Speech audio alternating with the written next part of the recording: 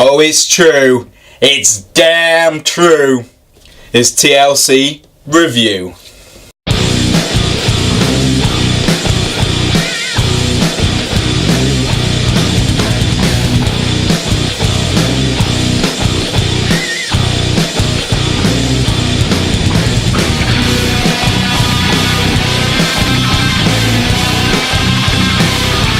Let's just dive straight into the main event because let's be honest, it's one of the two matches which everyone was talking about at this pay-per-view.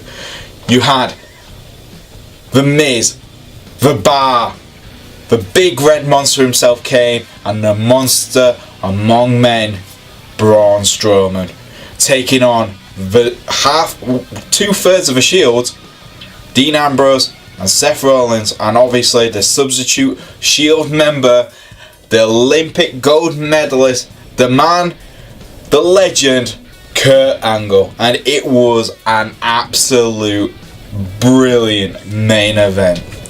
Obviously, it made no sense. It's a TLC match. It's not going to be an absolute amazing match. Technically wise, it's just going to be absolute chaos. And it's brilliant for that. You had the Shield pretty much surrounding the Miz, Team Miz, and destroying them with chairs. You had the big red monster and Braun Strowman just absolutely outpowering everyone. You had Kurt Angle just absolutely being the boss. It was just brilliant. The whole main event itself, even though it was absolutely chaotic, was such a laugh and such an amazing eye-opening pay-per-view main event. It just made it so much fun. Is it better than Hell in a Cell with Kevin Owens and Shane O'Mac? No, of course not. That was technically a good match, and you had all the great spots as well. This was just brilliant for spots. Kane double choke slamming Ambrose and Seth through tables. Kane choke slamming the monster among men, Braun Strowman, through the stage. You had Braun Strowman pretty much being chucked into a dumpster truck. He just had everything. You had Kurt Angle being dragged to the back because he gets injured, comes back and helps the Shield win the main event. So the main event, absolute positive for the whole show. And because I'm a greedy guy, I'm going to talk about the other most positive match of the night. AJ Styles taking on Finn Balor.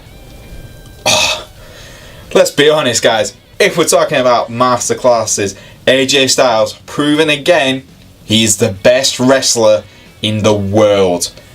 I'm not just saying that. He is literally the best wrestler in the world. He just put on a clinic, and Finn Balor was just as good. Those guys are definitely some of the best talents WWE have got. And it's just a shame that Finn since his injury and having to let go of the Universal title, has never been able to return to that stage. While AJ on SmackDown Live has been at feels like the main eventer all the time. And the match itself was just absolutely brilliant. The only downside for me was that I think the result should have gone the other way. Yes, it's a Raw pay-per-view, but I'm a little bit biased, and I still think AJ Styles needs the win. The only thing is, he's had 3 consecutive losses now, and it might damage it. But I would say it might damage him, but it won't. Let's be honest, AJ Styles is still the man. He is still going to be, for me, the best wrestler on SmackDown Live. And then let's get down to probably the worst match of the night. We had Jason Jordan versus Elias. Now, I don't know where this came from. I don't know who pitched this idea, but my God, whoever did needs to be shot. You had all night Elias trying to play a song, getting interrupted by the crowd, and then getting fruit thrown at him by Jason Jordan. when he was with a shopping cart full of food. Makes no sense. Absolutely bonkers. Was it funny? Yeah, it was funny. That's fine. I like having a laugh. But when you get a match out of it and still Jason Jordan doesn't feel like there's any character to him, it was just like, every time Elias comes out, I'm going to throw food at him. Okay. Elias is a heel, so we should throw food at him? I don't know. It was not feeling like it should have been anywhere near this pay-per-view, and it should have been just left for Raw itself, where Jason Jordan just comes out every week, throws a bit of fruit at him, Elias gets really annoyed, and they have a feud. That's how you should have built it. Not, oh yeah, they've been fighting each other in tag team matches, so I'm guessing we'll throw them in a TLC match. Oh right, okay, that made no sense. But look, you know, both guys are, like they said on the commentary team, both upcomers, and they have a lot of potential. Yes, I can definitely agree with that. Elias and Jason Jordan weren't bad. It wasn't a great match. It was just absolutely poorly executed on how they built up this match at the pay-per-view. Let's also talk about another poor match. The Cruiserweight division. How that's turd has sank. We now have another Cruiserweight champion, and it's Enzo Amore again, but heel Enzo Amore, because hell, Neville's walked out, so let's have Enzo Amore as our champion, and a heel champion as that. And what a snorefest that was. Yeah, when you watch 205 now, we're gonna just have obnoxious Enzo Amore telling us how great he is and how stupid we all are. Yay! Brilliant. Just what I wanted. He's got no character anymore. He feels like a little bit... Oh, he sucks as a heel. And he sucks right now because he's so bad. And I know it sounds rubbish, and I'm not giving real description of why he sucks, but he just sucks. I think when you have such a great heel champion in like Neville, I mean, when you move on to someone like Enzo Amore, you just go, what did we do wrong, WWE? What did we do wrong? Let's talk about up though. Asuka's debut for Raw. Well, it was a perfect opponent. Emma was okay. The only little thing was that the match didn't feel like it was going to be... It didn't feel like they were giving Asuka enough to show off her talent. It kind of felt like, oh, Asuka's moved up from NXT, we're now on the main roster. Somehow Emma was able to hold off Asuka for quite a while. It makes no sense, seeing as Emma's one of the weaker female wrestlers at this moment.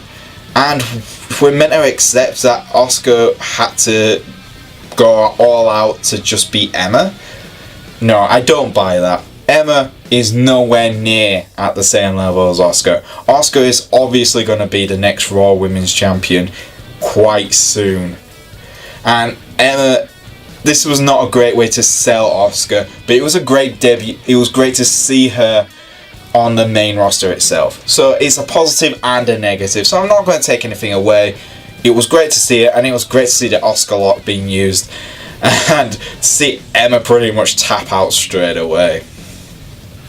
Then we had a Cruiserweight tag team match, which was actually a really good match. The only poor thing about the Cruiserweights I have to find is that every time they're on a pay-per-view, they have to tell the backstory on 205, because they already know no one's watching 205. So they're pretty much telling you all this stuff, and you're like, alright, so this is why these guys are fighting. Okay, but we had a good match. Curtis Alexander and Rick Swann are absolutely great, and you have Gentleman Jack and Brian Kendrick, great heel teams. These four guys are possibly some of the greatest cruiserweights on 205, and yes, they deserve to be on this pay-per-view. But not as a cruiserweight match. They should just have a match and not call it 205. Because, let's be honest, 205 is sinking. Like I've already said, it is sinking. And it's just the same. Guys like Cedric Alexander and Rick Swann and Gentleman Jack Gallagher and Brian Kendrick, all really talented wrestlers, are just being pushed into this division which feels so underused and so undeveloped. And it's like, oh, it's cruiserweight time, and we have another commentating team, and there's a little bit of purple, and it just goes on, and it just makes the cruiserweight division just feel out of place. And it's like, you have to watch 205 to find out what's going on, and it just sucks that this is the case. And let's just talk about the last match of the night, which was Alexa Bliss versus Mickie James. Well, not last match of the night, not last match of the night, was T.L.C. It was the last match to talk about, but, oh god, it's such a shame. Alexa Bliss and Mickie James, great promo work, great build up to this match. I actually really enjoyed the build up to this match. Of course I knew Alexa wasn't going to lose the title, but again, it just didn't feel like, when you have the crowd chanting tables and nothing happens, it's a bit of a shame. They had such an opportunity to go, well, we're going to build this rival up a little bit longer, and we're going to have Mickie James get cheated out because Alexa Bliss uses a weapon. You have all the weapons around you. You could have used this in a storyline and continued this quite a good feud for another while, and you could have done that, Raw. You could have done that, but they didn't. They just went, oh yeah, Alexa won clean. Yeah, she used a few, dirty tactics here and there in the match, but she used the DDT and won. It's not like it's not like it's the worst way of winning, but my god, it just felt a little bit cheap. Now, for my little whinge of the pay-per-view itself. For a pay-per-view called T.L.C, we only got one match where there was tables, ladders and chairs being used. For me personally, I would have had the women's title match as a ladders match. I would have had a chairs match in one of the matches, and I would have had a tables match. You could have easily had a tag team tables match for the cruiserweights. That would have been interesting. The women's title match, a chairs match, a ladders match, and that's it. You could have easily done this, and it just felt like they just had this opportunity. They only wanted to use the chairs, ladders, and tables on the main event, and it's a shame because they had these opportunities for the pay-per-view to do that. But overall, two brilliant matches, a surprise, an awful cruiserweights title match, and an absolute stupid Jason Jordan and Elias match. But apart from that, T.L.C was pretty entertaining. I'm not going to complain. I loved it when I was watching it, and I loved it again when I watched it again. So yeah, there wasn't that many matches which were great, absolutely amazing, but the two matches which were world class for two different reasons. And that's my review for T.L.C. Obviously you guys are going to have your own reviews and your own thoughts on it, but please share it. You can write it down in the comments below, and you can follow me on Twitter at Boise88. And don't forget guys, we're going to be doing a Survivor Series special, so look out for that. I will have my rival Mr. J back, and I'll see you guys next time for our Raw review.